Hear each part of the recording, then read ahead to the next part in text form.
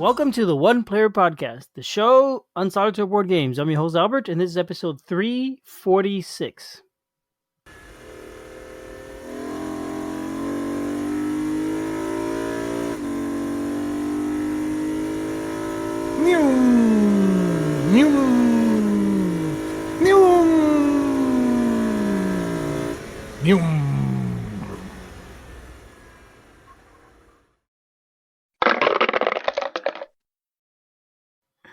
Hey, Julius, how are you doing?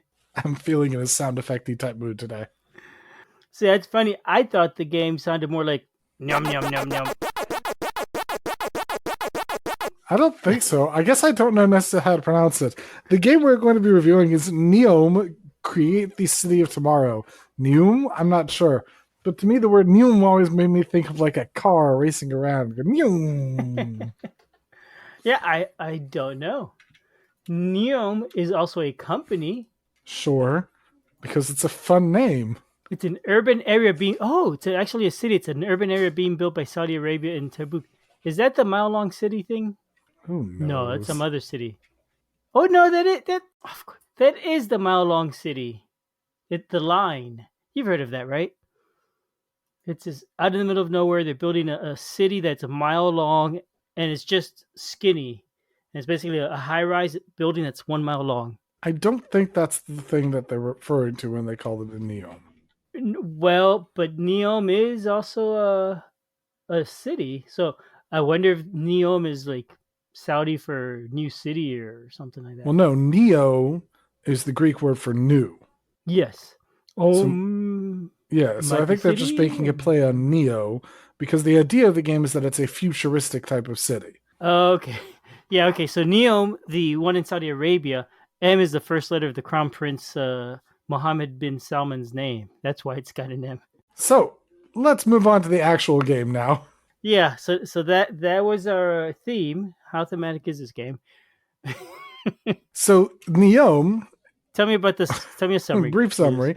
NEOM is a tile drafting, a tile placement game where you're going to be drafting tiles over 3 rounds and placing them into a square grid on your city to create a city that's able to use resources and be able to make money. And hopefully by the end of the game, you will have made an efficient city to be able to make lots of money for yourself. So it's a city building game in a desert, maybe. It is themed as a city building game. Yep. Oh, okay. So interesting. Okay, so that says a lot there. I don't know what it is that it says. It's a tile drafting game more than a city building game. Yeah, drafting sort of like Seven Wonders kind of drafting too. Yes. So then tell us about the components. There is a whole bunch of cardboard for this game. So first you have your city boards, which mostly they're all just thematic different types of places. Like you got forests and you've got deserts and you got mountains, things like that. There's a minor difference with regard to each of them about what it is that resource you start with, but for the most part, it's just thematics. There are all of the there are all of the tiles for the different buildings that you have. Each building is going to be a square with different sort of roads coming through it. And generally, they all have a very similar iconography about what it is that they need, what it is that they provide, and you grab all those. There are the tokens that are used to show what stuff your city is producing. So if your city is producing ore anywhere in the city, you'll be able to take an ore token to show that you have now created that. Those tokens, the mere fact that your city produces it, is going to be worth a certain number of points based on the complexity of it. So there's raw ones that are 5-sided, then 6-sided, then the deluxe 8-sided tokens for the luxury goods. So those are just used to show what it is that your city is producing. And then there's money. Money is just used to show that you have money. It's the stand-in for points. Gotcha. Okay. So all those resource tokens that you're talking about, does the image on it matter? Are there like a lot of different? There's like 6, I guess, of each kind. For the resource tokens? Yeah. So there's a whole bunch of them. I think there's 13 of them, maybe more. Okay. But they have different images on them. And so like you may find a mine, and so the mine will give you ore. And then in order to be able to make steel, you'll have to find a building that needs ore, so you can only play it if you've got ore, and then you'll be able to create steel from that. So once you've got that building down, you'll take the steel process going to be able to do that.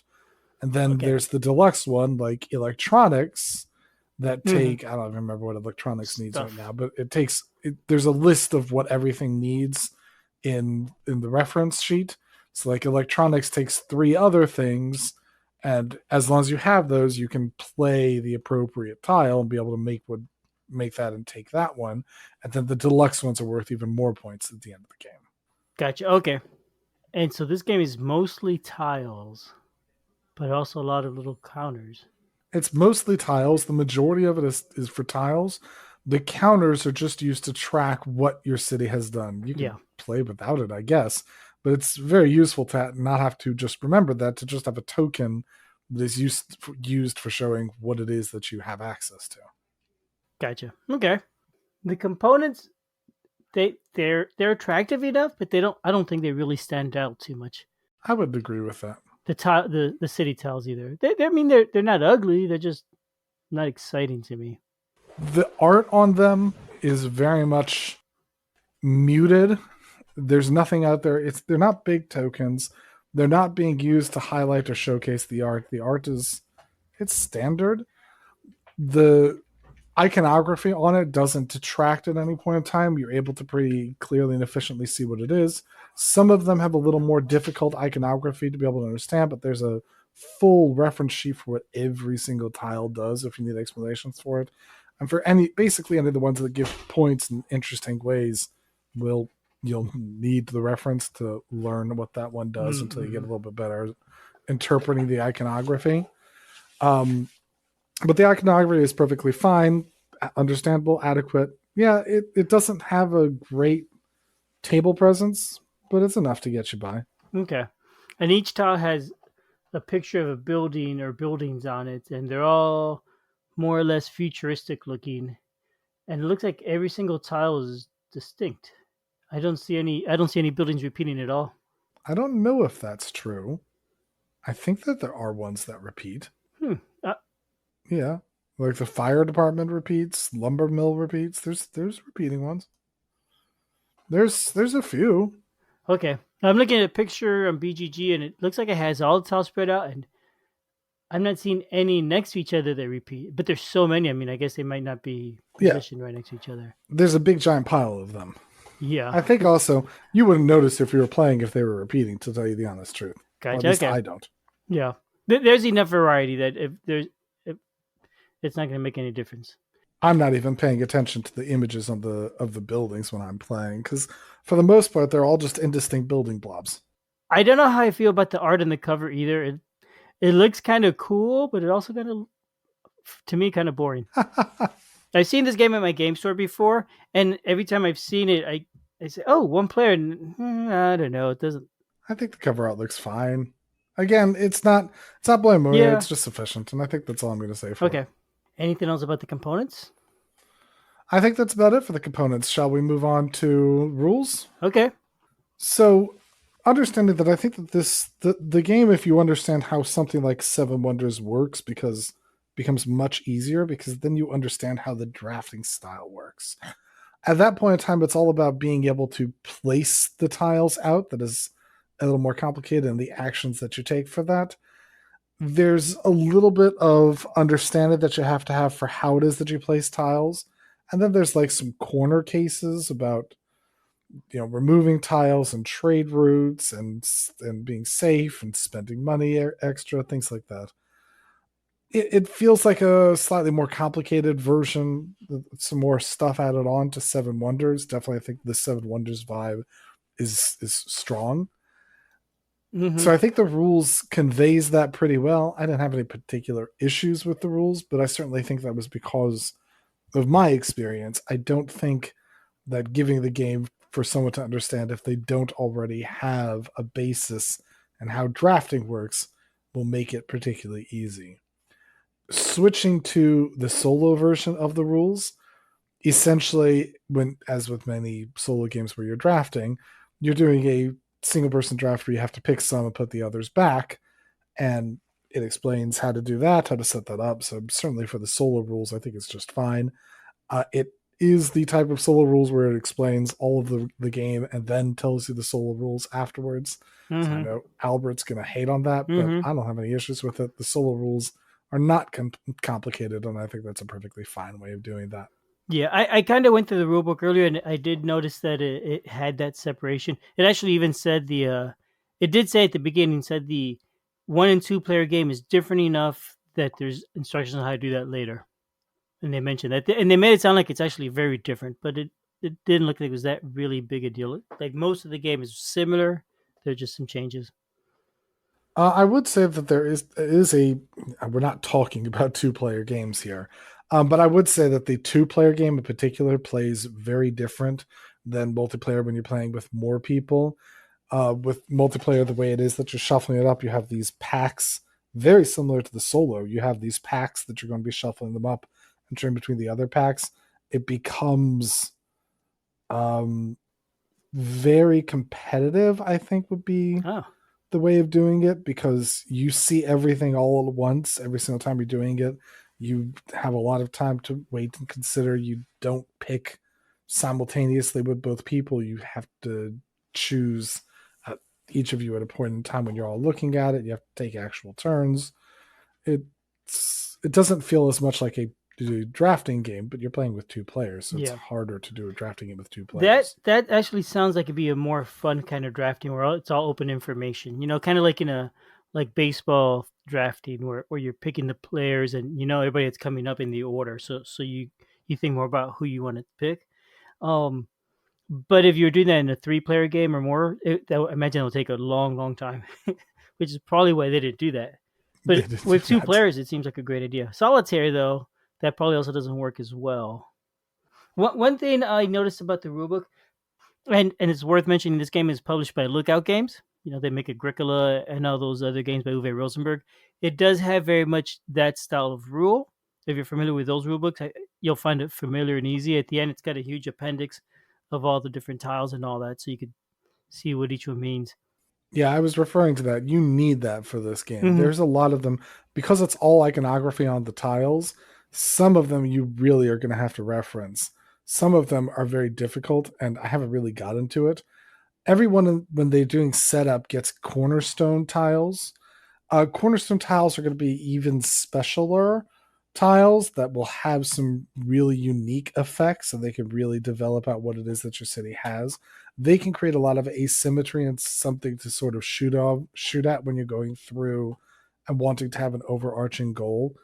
I felt like the cornerstone tiles were the ones that I most often needed to reference, Hmm. and that's okay. You get Yeah. them right at the beginning of the game, and they're supposed to be complicated because they sort of determine the nature and feel of the game for you. So I'm okay with that. But those are the ones that you definitely needed to have that reference thing for. Okay. Yeah. The other thing I noticed about the rules, um, and they were clear enough to follow, and everything made sense.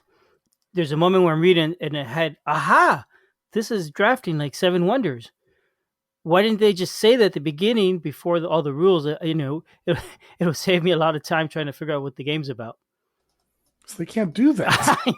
I know they can't say like Seven Wonders, but they could have said this is in. There's a little summary at the beginning. I wish I had said this is a drafting game in which you'll pass tiles to the next player during the round, and that little sentence would have made a big difference in how long it took me to understand it. Not that it was hard at all. Not saying it was hard, but I do wish I had been in there anyway. Otherwise, yeah, I'm reading the rules and I'm going through the paragraph. I said, this sounds like Seven Wonders. It also reminds me of Between Two Cities, actually. More so, I think, because it's also you're building a city on a grid. So I said, hey, this is familiar. This is almost. I'm surprised it doesn't remind you of Suburbia. I have not played that as much. I played it a couple times, and then I think that game moved on. Yeah. This was spoiler for the end. This was meant to a certain degree to replace Suburbia for me. Ah, It isn't going to live up to that, but we'll get back to that. okay, all right. So we are done with the rules, I think, unless there's anything else you want to mention about them. I don't think so. I'm ready to move on. Okay. Saying Theme. We already talked about the theme. Yeah, it sounds like it's pretty light for you. You dropped hints about that. Oh, I guess I'll just be explicit with it. It's a city builder. All of the tiles make perfect sense.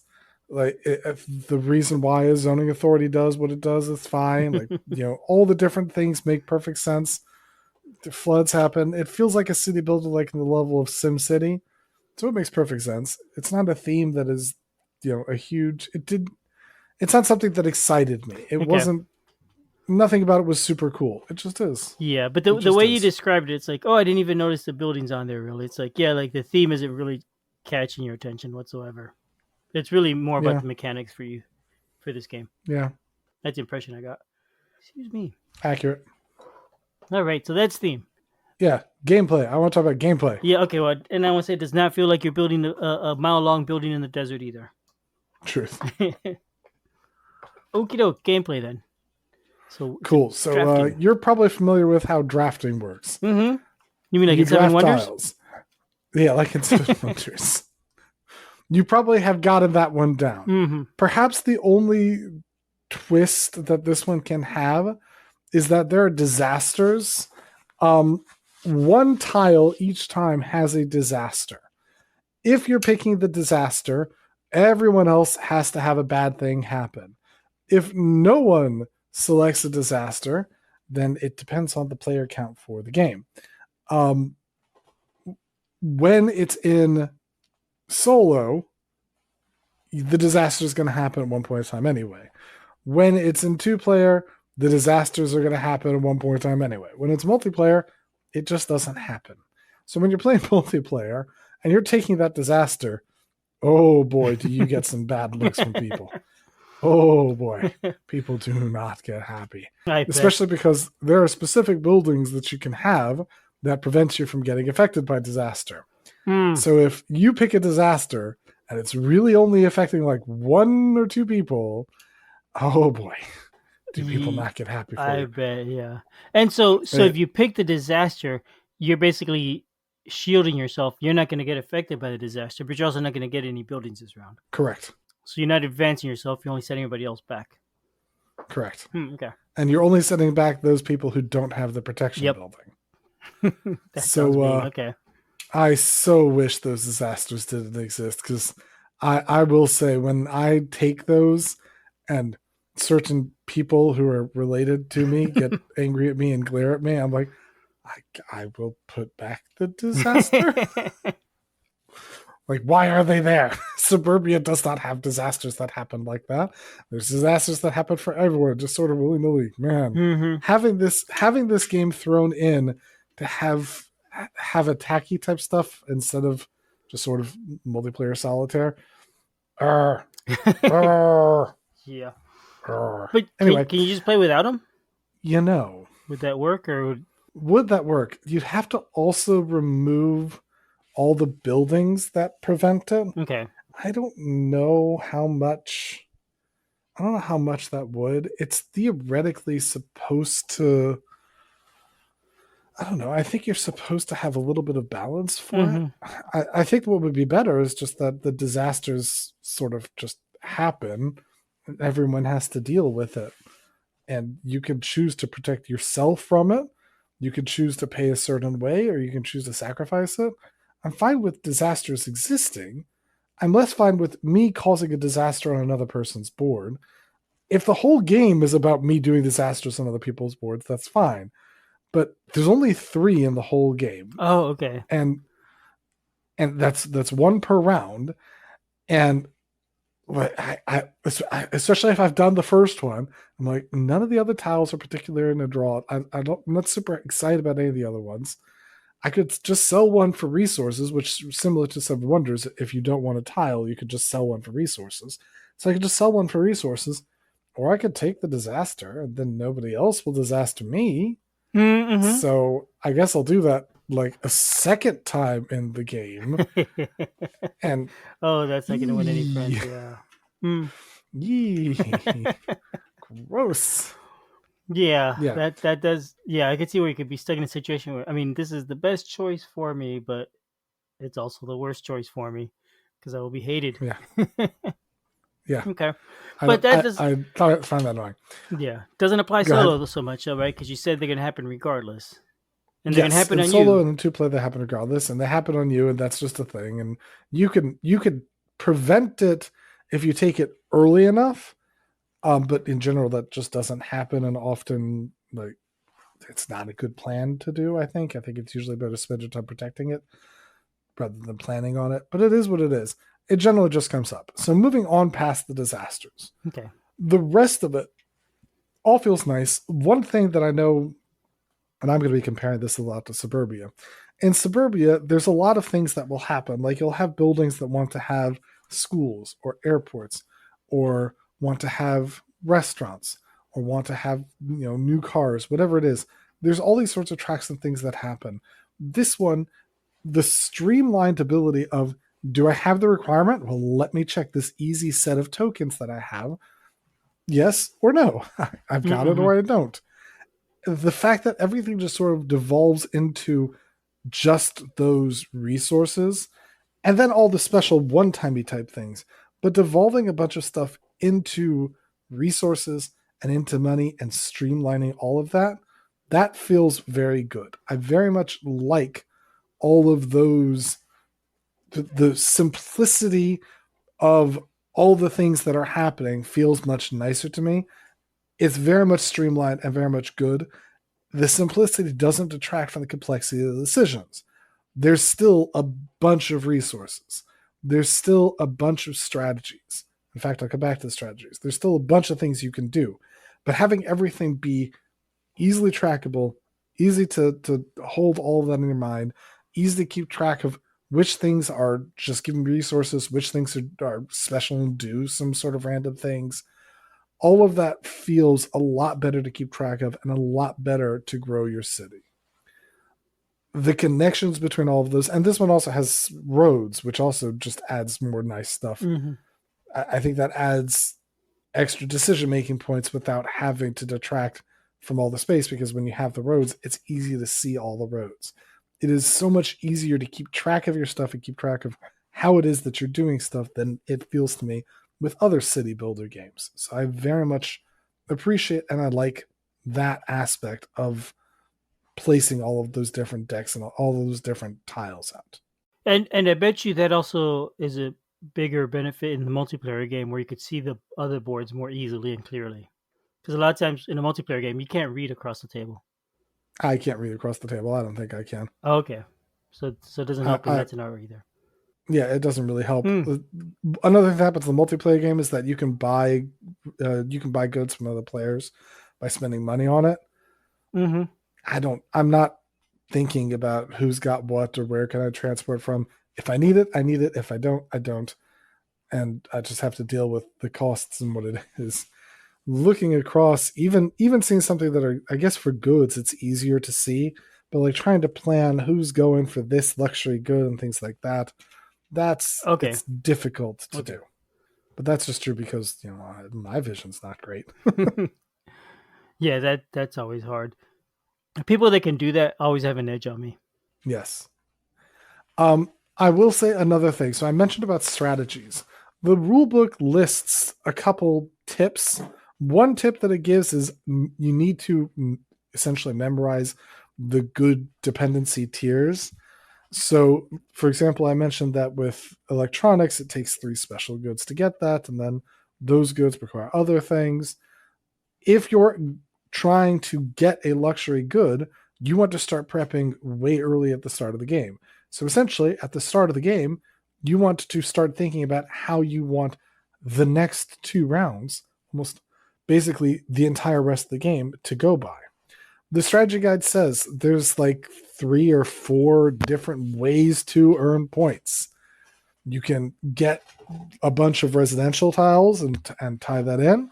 You can have a bunch of industrial tiles and get all the goods, or you can get a whole lot of money. And you have to start planning your game in advance. So at the start of the game, you have to have a plan and you have to execute on that plan. If you don't remember that, if you can't keep track of it, or if you get stuck being like, ooh, a shiny tile that I've never seen before, Can I use it? I don't know. Let's try it because I've never seen the this particular thing or whatever it is. It's not you've got to have a plan and you've got to do a plan. Yeah. Okay. I won't do well at this game because I'll fall for the shinies every time. Well, here's the thing. In all honesty, I don't know that there's that much shiny about it because all of it devolves into, hey, there's a resource. This thing gives me a resource or it doesn't. The tiles aren't particularly awesome, I don't think. Some of the special ones are, but you rarely see some of the special ones. I think most of the time I see a shiny, it's going to be at the beginning of the game. It's those cornerstone tiles, and I want to use the cornerstone tiles, and I want to do special things. I will say that of the different strategies that I've found, I think some of the strategies are more fun for me than others. Like, for example, generating a lot of money for me, I don't find as much good as producing a bunch of goods or getting a whole bunch of neighborhoods. But, I mean, they say, here are some typical strategies that are successful. I don't know if I'm just dumb. I find it less fun when a game is like, here's how you win. Here is the strategy guide. I don't read strategy guides for video games. I don't read strategy guides for board games. I don't really very often participate in competitive like trading card games, TCGs. Yeah. I don't net deck. I could net deck. I could go get the competitive deck and play the competitive deck and read the strategies and figure out exactly how to do it. I usually only do those things after I've explored for a while and tried to figure things out myself, and hopefully did figure things out for myself, because part of that is part of the fun. Mm-hmm. If it's a game where if the game has to tell me, hey, you need to have a plan, here's some good plans for you to do in order for you to win the game, it tends to give a little bit of a negative feeling to me. I like to have the exploration of the game. If the game doesn't support me in doing that exploration and tells me, hey, you need to figure this strategy out in order to be able to be successful, I wish there was a better discoverability of that. Especially because when I play with new players, I have to tell them, here's the 3 general strategies. Pick one before you've played the game. Mm-hmm. They're like, Will no? The corner cards that you have, cornerstones, will they affect the strategy you choose, or not? Depends on which cornerstone it is that you get and how it is that you want to tie it in. So like some of them are really good. For example, I'll look through some of the cornerstones. There's a cornerstone for prison. So prison is a cornerstone that wants you to have that wants you to go the route of having a bunch of residences. There's the postal service. The postal service is another one that helps you with goods. So you want to do goods when you're doing that one. Some of them just want to tie into getting a bunch of points for how you lay out your city. So the metro station is another one where you want to lay out your city to have stuff in each of the 4 corners of your city. So you have to diversify a little bit to be able to do that. So yes, okay. Some it does, some it's more neutral. When you play, so I see in the rulebook it says there's 30 cornerstones. Are you getting one in each corner of your board? Is it 4 of them per player? So cornerstone does not mean corner as in the corner of your board. The cornerstone tiles, cornerstone as in the foundation of your board. Okay. You'll hold on to them, and then if you want, you can play them at a later point in time. They're essentially just hidden point cards or something. Yeah, hidden cards it is that you can. Well, they're not even hidden because really you're going to be holding on to them. But you're hiding them from the other players, kind of. Or does everybody know what you have? I think everyone knows what you. Okay. I think everyone knows what you have. And how many do you have in your hand, or how many do you have in the game? You have 3. 3. Okay. You'll be picking 3, and you'll be able to play those over the course of the game by essentially pitching a regular tile to place a cornerstone tile. And yeah, so it's just they're more unique-ish type tiles. Gotcha. And so if you're playing solo and you only have 3 each game out of 30, so it's going to take you a good 10 games to see them all at least. Well, they're randomized, so I suppose you could pick that way. But even then, I mean, if you're getting 3 each game, it's going to take you at least 10 games to see them all. That's true. I also don't think I play my cornerstone tile every game, because there's sometimes a cornerstone tile just simply didn't support Yep. what it is that came out. You're only Right. allowed to play one cornerstone tile per round.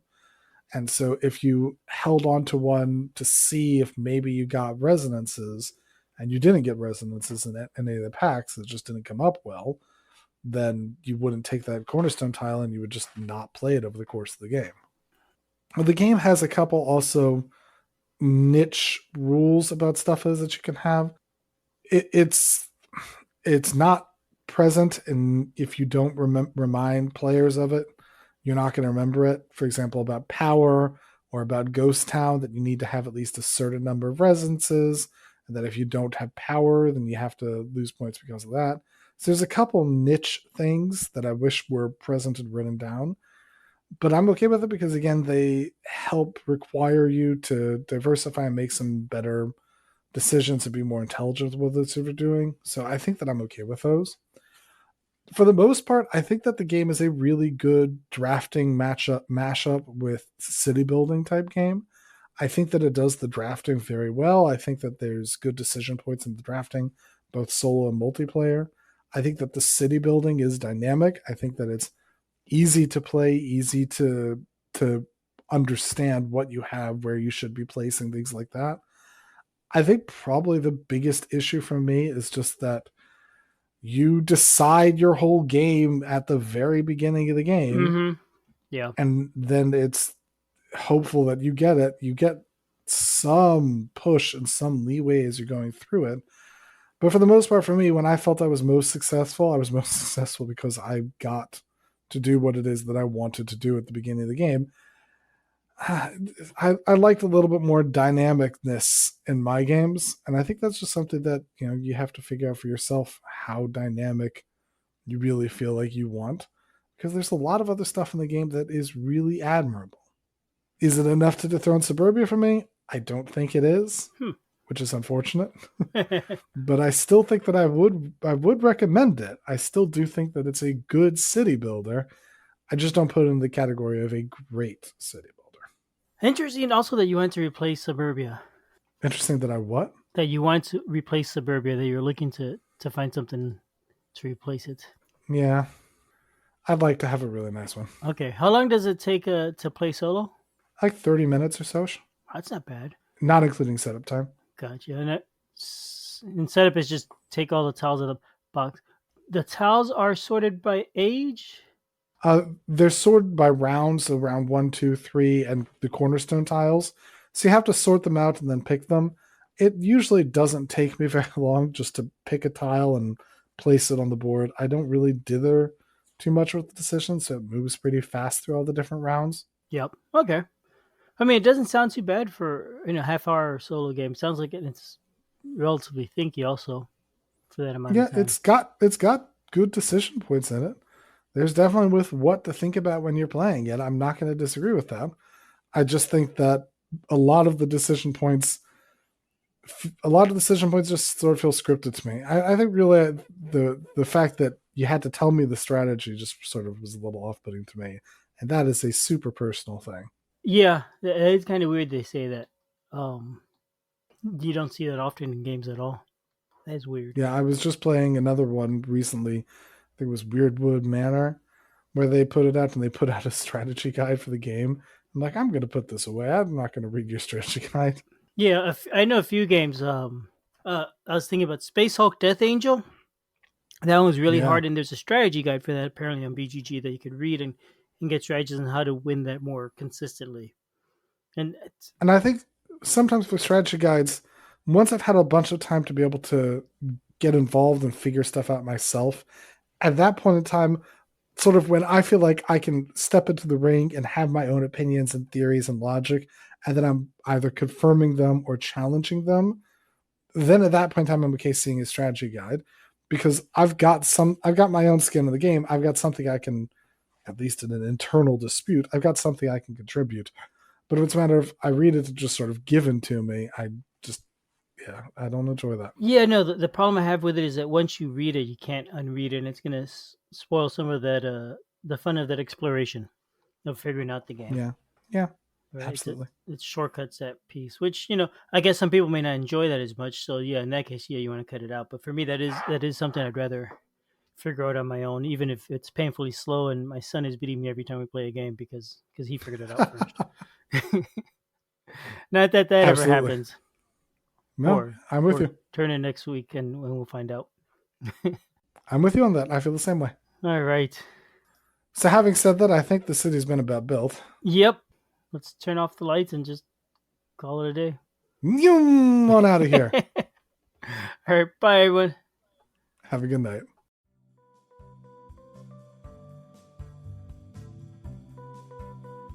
Thanks for listening. We love feedback, so we love hearing from you. You can reach me at julius@oneplayerpodcast.com or JLBird on BGG, and Albert can be reached at albert@oneplayerpodcast.com or Fractalute on BGG. Our website is oneplayerpodcast.com with the number 1, and we're also on Twitter at oneplayerpodcast. The intro music is copyright Angus, can be found at jamendo.com. The transition music is copyright by Dan Elduce Pancaldi, whose page is at donpancaldi.com. The One Player Podcast is protected under a Creative Commons share-alike license. Thanks for listening.